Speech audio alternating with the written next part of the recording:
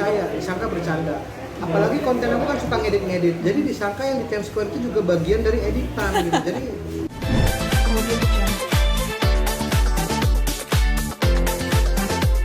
sangat spesial sekali karena hari ini adalah grand opening usaha bisnis kuliner aku yang terbaru. Jujur aja nih, aku belum pernah punya pengalaman sama sekali di bisnis kuliner. Untungnya partner aku ini, joinan aku ini adalah orang yang memang sudah berpengalaman di bisnis kuliner. Jadi memang udah nggak diragukan lagi lah. Semua bisnisnya hampir 100 outlet dari berbagai brand. Mas Hendy memang rajanya franchise Indonesia. Gitu, oke. Pertimbangannya apa sih mungkin buka bisnis kuliner Bang Babe? Ya karena bisnis kuliner ini cukup menjanjikan ya. Walaupun sekarang ini lagi pandemi, tapi terbukti di brand-brand sebelumnya Mas Hendy itu bisa malah buka cabang di saat-saat pandemi, malah buka cabang di mana-mana gitu. Karena memang kekuatan kita itu bukan hanya di dine-in ya, tapi kekuatannya juga di online. Masyarakat itu walaupun pandemi gini, tapi online itu tetap jalan, tetap cepat. Makanya itu kita melihat peluang di situ dan memang sangat mudah memasarkan ikan bakar. Karena ikan bakar tuh hampir semua orang suka. Cuman kita bikin dikemas supaya gimana supaya ikan bakar itu bukan image-nya tuh hanya makanan pulang kantoran, makan bapak-bapak aja, tapi juga makanan anak muda gitu. Jadi kita kemas dengan kekinian, bisa dipesan online dan yang pasti rasanya unik karena kita pakai ikan patin. Gitu, oke. Ciri khasnya apa sih Bang Babe? Maksudnya kan juga banyak franchise ikan gitu ya. Menurut Bang Babe, dari punya Bang Babe ini apa yang Ciri khasnya yang paling menonjol di bahan dasarnya ya, karena ikan patin ini jarang tuh. Kalau mungkin ikan patin ini kan terinspirasi dari daerah Banjarmasin dan Kalimantan. Di sana mungkin orang udah biasa tuh makan ikan bakar patin, tapi di Indonesia, di Jawa, di Sumatera itu asing lah kalau ikan patin dibakar. Biasanya tuh kalau di daerah Pekanbaru mungkin dipindang patin, tapi kalau dibakar tuh masih jarang dan rasanya tuh bener-bener enak. Uniknya lagi, ikan sempatin ini kita datangkan langsung dari Banjarmasin, jadi bukan dari Jakarta nih. Jadi semua ikan patin yang kita buat itu datang dari Kalimantan. Ikannya segar, fresh, dan di sana diternak di sungai, benar-benar di sungai. Jadi rasanya tuh nggak bau. Ikannya gede-gede, potongannya gede-gede, dan bumbunya juga bumbu khas Banjarmasin. gitu. Ini memilih alhamdulillah.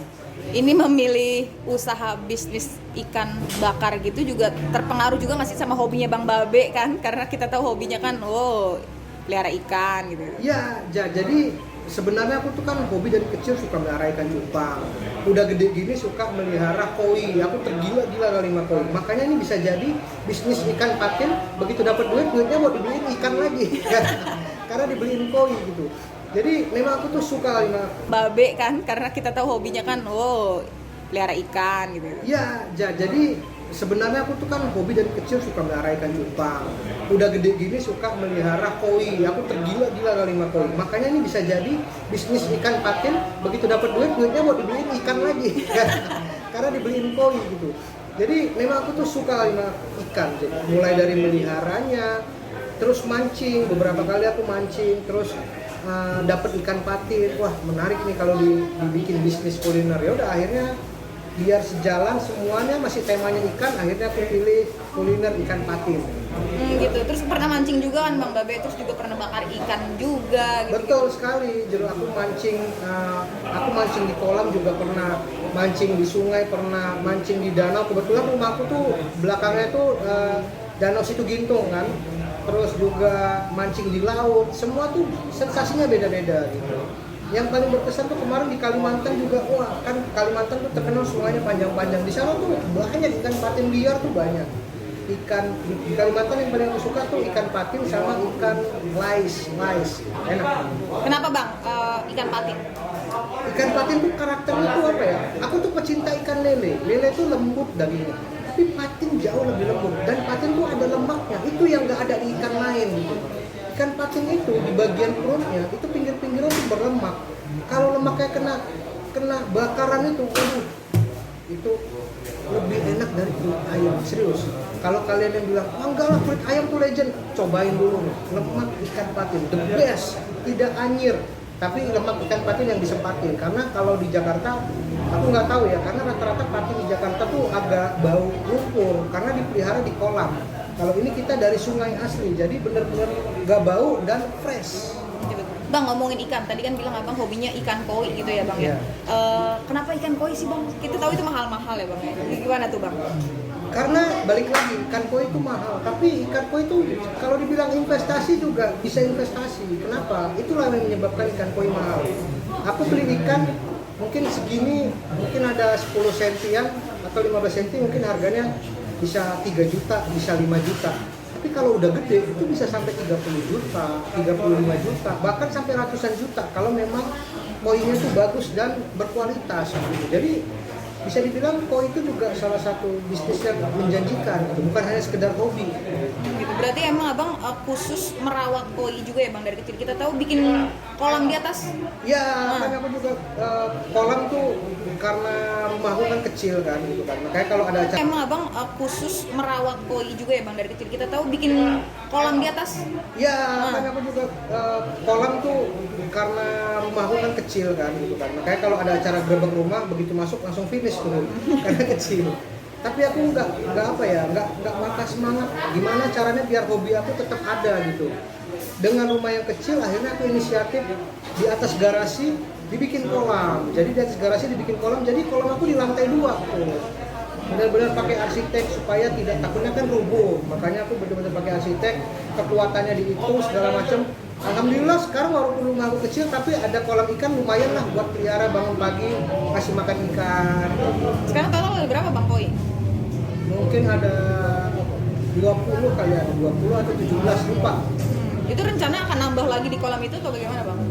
Kalaupun aku nambah pasti bakal keluarin karena itu udah full kolam aku. Jadi kalau misalnya aku suka, wah ada ikan bagus nih, aku harus merelakan ikan yang di kolam harus keluar satu, kayak gitu dia. Jadi masuk satu keluar satu. Bang ini kan melihara makhluk hidup ya bang ya.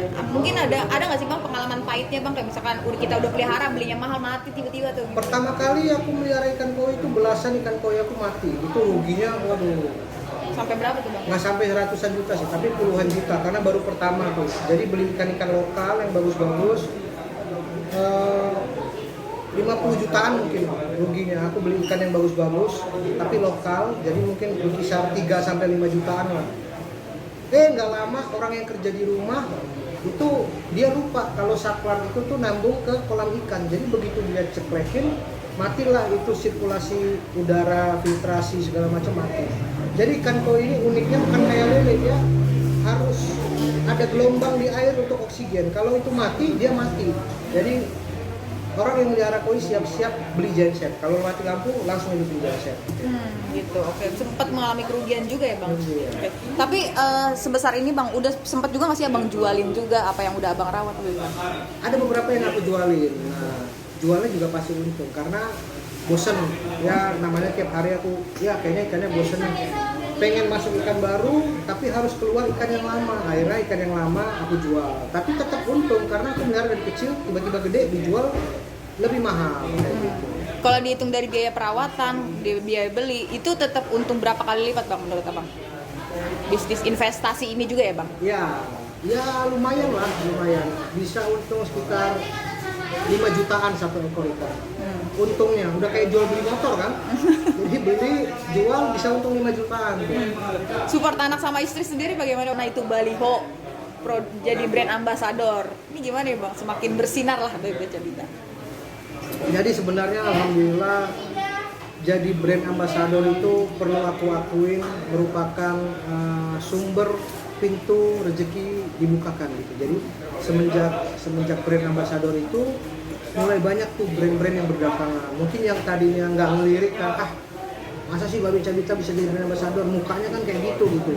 Akhirnya sudah mulai banyak yang nawarin, mau nggak jadi brand ambassador. Makanya aku juga mau terima kasih buat Mas Gilang, Mbak Sandi yang telah mempercayakan orang-orang kayak kita gini ternyata masih bisa jadi brand ambassador.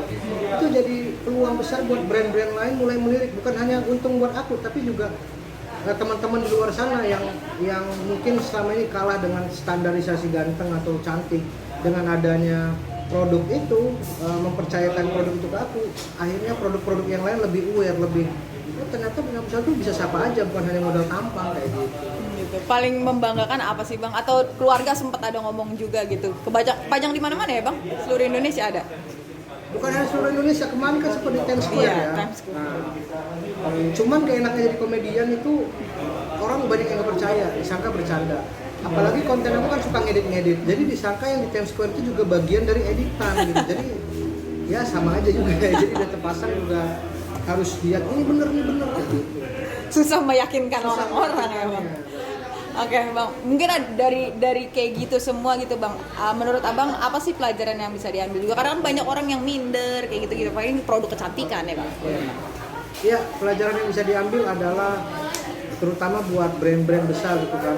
Ternyata untuk membuat sesuatu yang viral, yang booming itu belum nggak harus hanya pakai muka yang ganteng atau artis-artis Korea, artis apa, bahkan artis lokal sendiri. Kalau kalian tahu cara marketing yang baik itu bisa meledak. Terbukti dari produk yang aku brand ambassador, alhamdulillah penjualannya naik, booming besar dan dibicarakan banyak orang. Mantap. Asik. Bang ada sempat terima bulian nggak?